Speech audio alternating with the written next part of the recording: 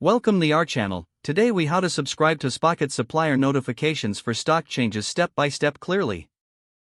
Open your Spocket account and log in. Once you are on your Spocket dashboard, navigate to the suppliers section. Here, you will see a list of all suppliers you are currently working with.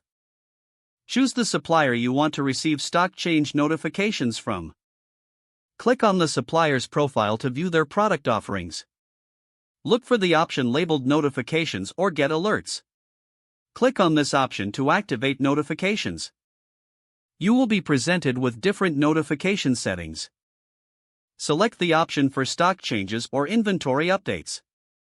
Make sure to save your preferences after adjusting the settings. Repeat this process for any additional suppliers you want to monitor.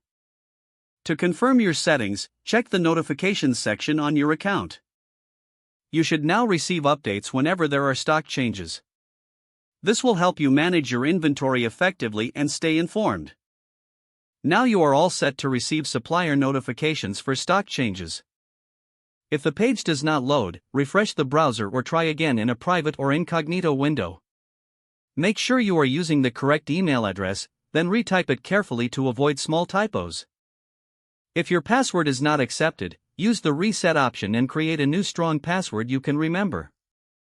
Check your spam folder for verification or security emails, then complete any requested confirmation steps. Enable two-factor authentication if available to improve account security and reduce unauthorized access risk. After signing in, review your profile details so your contact information and settings are accurate and current. If you see an error message, note it down and try again after restarting your device and internet connection.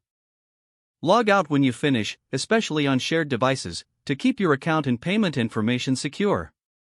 If the page does not load, refresh the browser or try again in a private or incognito window.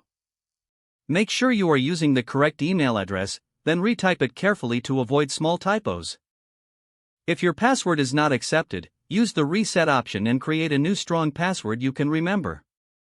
Check your spam folder for verification or security emails, then complete any requested confirmation steps. Enable two-factor authentication if available to improve account security and reduce unauthorized access risk. After signing in, review your profile details so your contact information and settings are accurate and current. Don't forget to like this video and subscribe to our channel for more step-by-step tech guides.